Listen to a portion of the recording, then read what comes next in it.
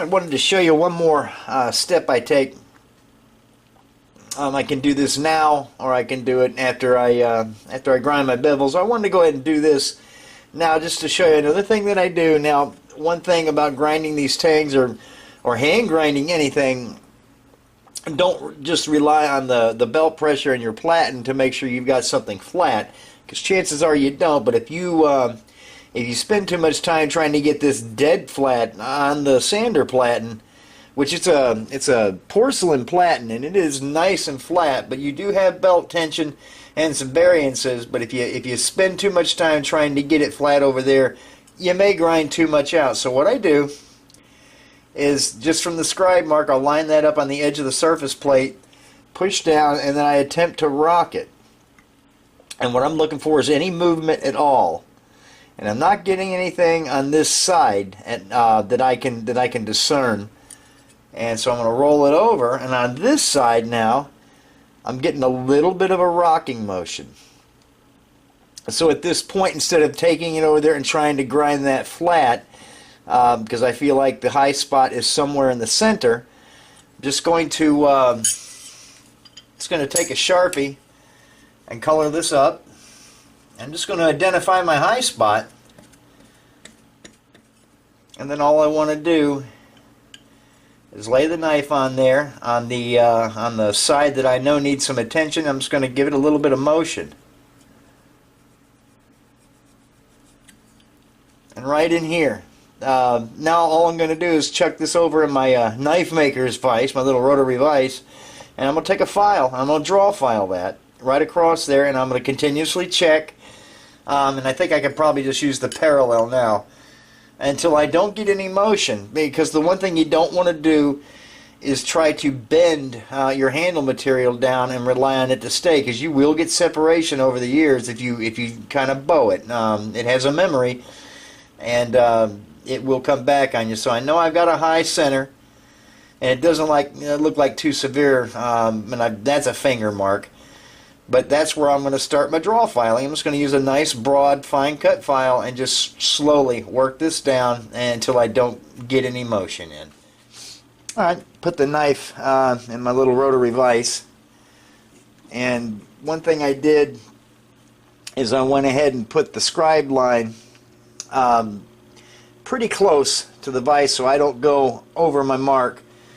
And this is a pretty fine cut file here, so all I do, as I do before I file anything, I'll go ahead and chalk it.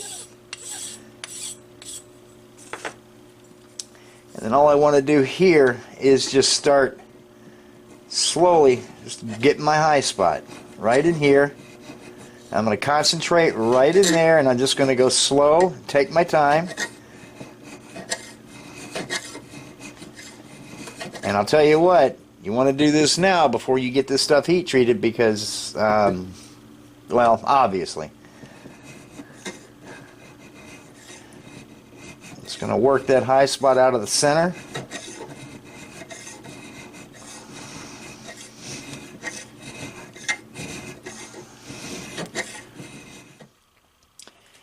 I did another rub. This high spot in the center is now gone, and this is showing me this to be about the only high spot on there. So we're just going to work that area just very gently. And it wasn't much, but as long as we have the tools out here, might as well get that dressed down too.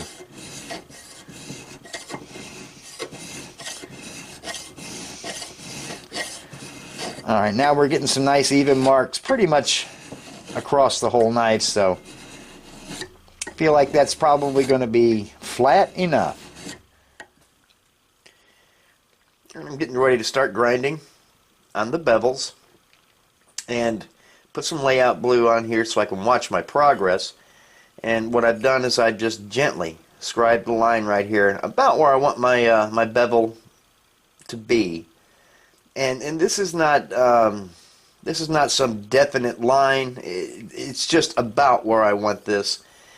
And we're going to plunge in at a 45-degree angle and we're not going to go quite down to the layout line, and I won't approach the layout line until I get into the very finer grits to take it down to final thickness. And then right after we sharpen the knife, I'm going to take a take this.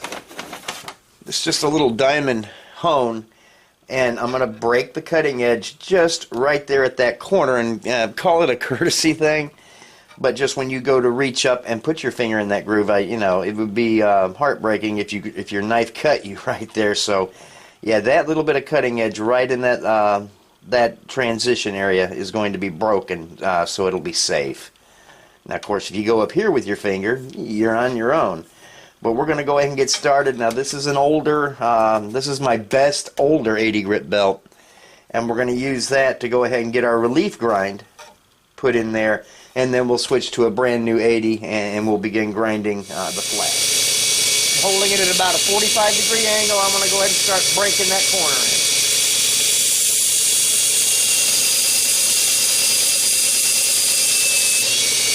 Just watch your line.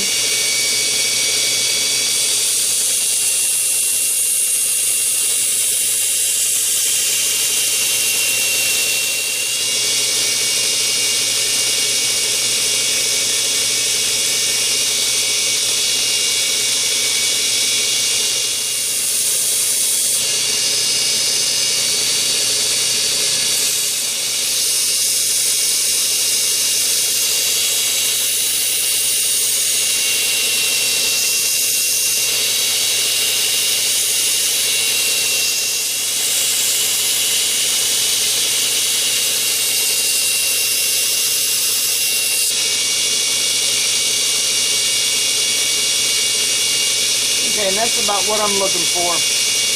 Still have my layout lines, but I've got that hard, sharp corner out of the way, so I won't destroy the new 80 grit belt. We've got this one ready, and we'll do the hidden thing one now, and we'll come back as we're further into the process of doing our bevel. All right, this is just a shot very early on, but the key to doing this is once you get a flat established, stick with it. Try not to grind a bunch of different facets. A lot of makers will stop their grind right about here, but it makes for a pretty steep angle, and on a 3/16 stock knife, I think that would be kind of difficult to maintain a nice keen edge. So I like to take my bevels most of the way, if not all the way up, and stay full thickness here, and then we taper obviously to the point. But I feel like that makes for still a very good strong blade, but it doesn't leave such a steep angle to where sharpening and maintaining an edge would be kind of difficult. You want the edge strong, but you still want it keen. And really it just depends on the style of knife I'm grinding. Now I do have a like on this one, this Model 3, this is a semi-skinner, and this is intended to be a 3/16 stock knife. Now on a knife like this, this will in profile be a lot thicker than a knife such as this one, but this knife I kind of made with big game in mind. If I were going to go to Africa, or far up north for the biggest game on this continent, I probably would take a knife like this, where this may be called on not only to dress, but also to be somewhat of a pry bar, getting to these larger animals. So I maintain the thickness on a knife of this style most of the way to the point, because I want that strength. It's all what you want a knife to do. So anyway, we're going to carry this bevel all the way up until she just disappears and blends, and then we'll start working the other side. But it's not a long process. Honestly, I've only been grinding this thing about 5 minutes. So, and just wanted to show you the progress to this point.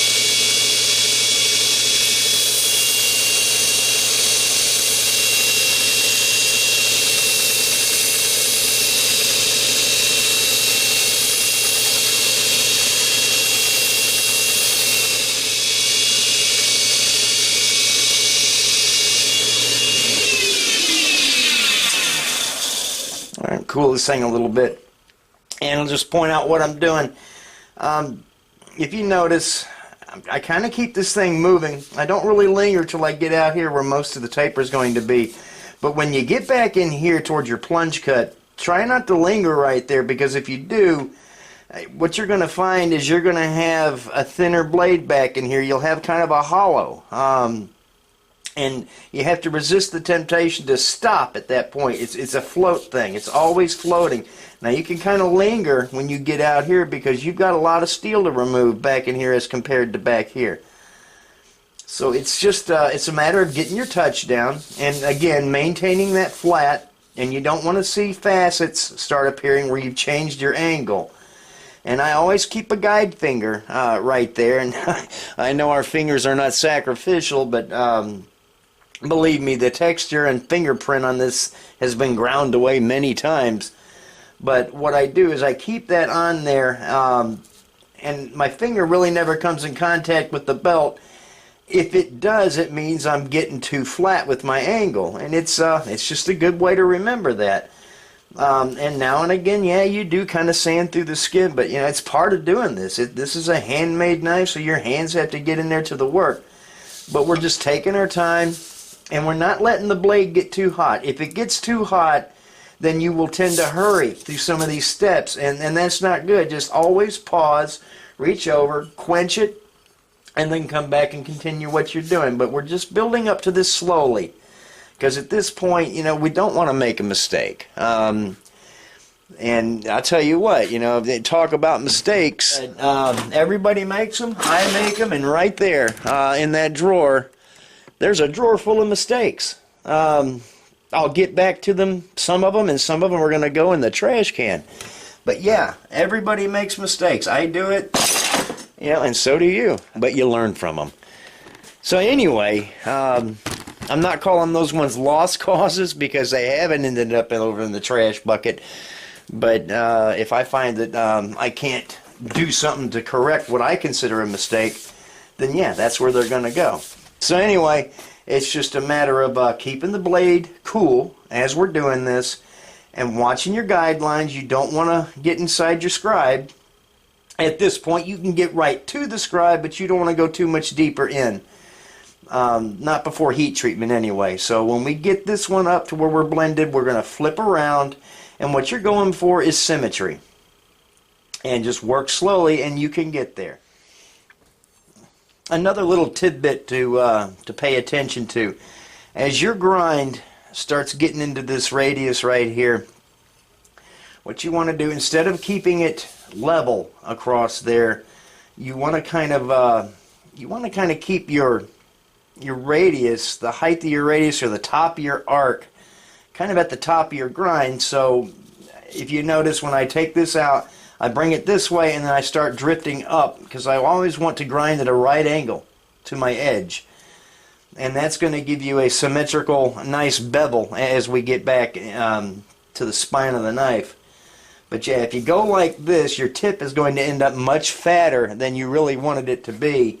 And it's hard to correct that mistake without going too far with your grind.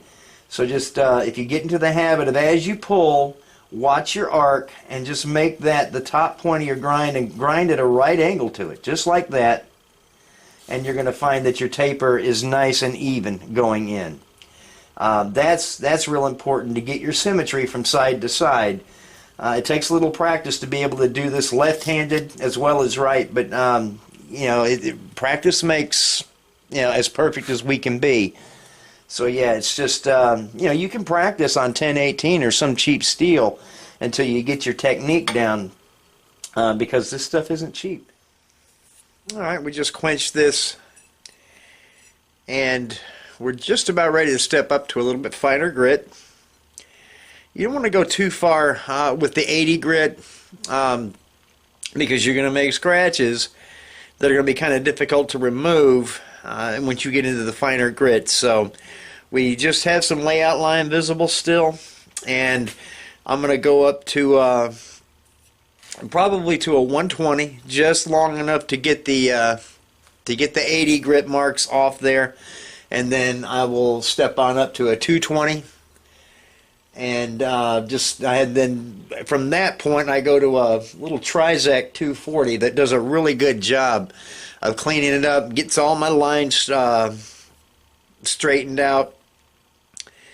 And we'll go with the 240 up until that little bit of layout blue in the top just starts to disappear, and that's where we get our plunge cut radius set. Those Trizac belts are really nice for that. And I've slowed my belt speed way down because at this point, the faster your belt's traveling, one, the more heat you're going to build up, and two, the easier it is to make a mistake, because everything happens faster with a faster belt speed. So we've slowed everything down at this point. And then we're going to finish up with a 320. And once we get to 320, this knife is going to be ready to go in for heat treatment, and then we'll begin on the hidden tang version. But yeah, again, you just want to shoot for symmetry, watch your work, and what I do is throughout different points of the grind, I'll take and remark with the Sharpie if I have a little evening up to do, and that will ensure that I'm concentrating on the area I want to concentrate on. The contrast makes it a lot easier. So we're working this one up slowly, but the symmetry is important. If you have one side of the knife that is maybe bowed out and not quite the same as this side of the knife, when you quench, your knife will have a tendency to bow away from the thicker metal.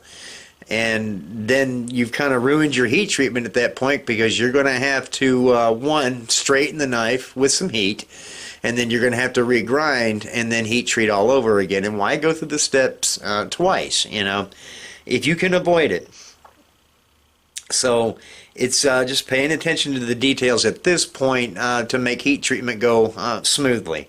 That's what we're shooting for. You don't want this hobby to be frustrating. You just want to get your habits formed, get set in your ways, and just make sure that your ways are correct. And you'll have good results. And then you'll want to make another knife, and then another one. And it's all about just following a formula and techniques that honestly were perfected by knife makers, long before I ever came along. And the more reading you do on the subject, and take advantage of the generous guys that have come before us, that have taken the time to lay out their techniques, and they were, some were very detailed about it, and learn from them. There really is no good way to reinvent the wheel. Everything that I do was pioneered by guys that are, gone now. But I have a few good books on the subject, and I feel like I've been a pretty good student of these past knife makers, and I do appreciate their generosity in sharing their craft. And if there's any questions that you have, if you're a knife maker or want to start making knives, and if you have any questions at all on this video, I will put my email address down and in the description, and if I'm able to, I will answer any questions you might have, and if I don't know the answer, I'll try to find it, or maybe refer you to far better knife makers than myself. And the more you know when you go into this, the better results you're going to have, and the more encouraged you're going to be. Because I'll tell you that, every time I look at that little drawer of mistakes down there, I could easily get discouraged, but I don't. I stick with it. And you just learn from your mistakes. So we're going to get this one up to a 320 finish and put it aside, and then we'll start this one. But we're having fun. It's about 7:30 on a Saturday morning, and we're just keeping on keeping on.